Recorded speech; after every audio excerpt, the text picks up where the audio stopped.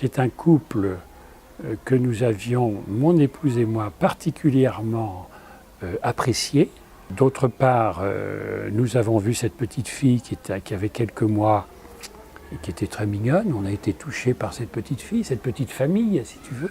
Le grand moment fort, si tu veux, de la rencontre, ça a été la mort de mon épouse, qui m'a fait ouvrir les yeux sur eux, qui a correspondu au moment où ils ont été déboutés de continuer à vivre au Canada. Donc ils ont été obligés de partir en clandestinité. Et c'est à ce moment-là que, donc après la mort de mon épouse, que j'ai décidé, avec bien sûr son accord depuis le ciel, depuis là où elle était pour l'éternité, que j'ai décidé de les prendre dans ma maison de Carcassonne, dans notre maison de Carcassonne.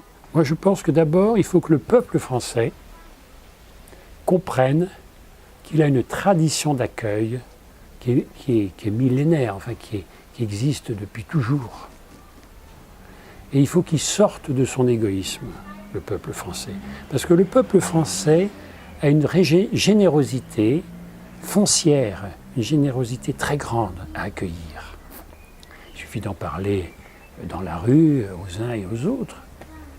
Et il faudrait que nos gouvernants, nos politiques comprennent que le peuple français est un peuple d'accueil, qu'on arrête de nous mettre dans la tête qu'on a peur de l'étranger. C'est pas vrai.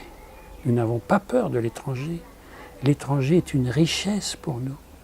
Si on relit l'histoire de France, elle s'est faite avec l'étranger, de toutes les générations, depuis toujours. Nous sommes situés dans l'Europe à l'extrémité ouest, c'est-à-dire c'est là où les gens viennent se réfugier. Donc pourquoi cette peur de l'étranger? Je n'arrive pas à comprendre.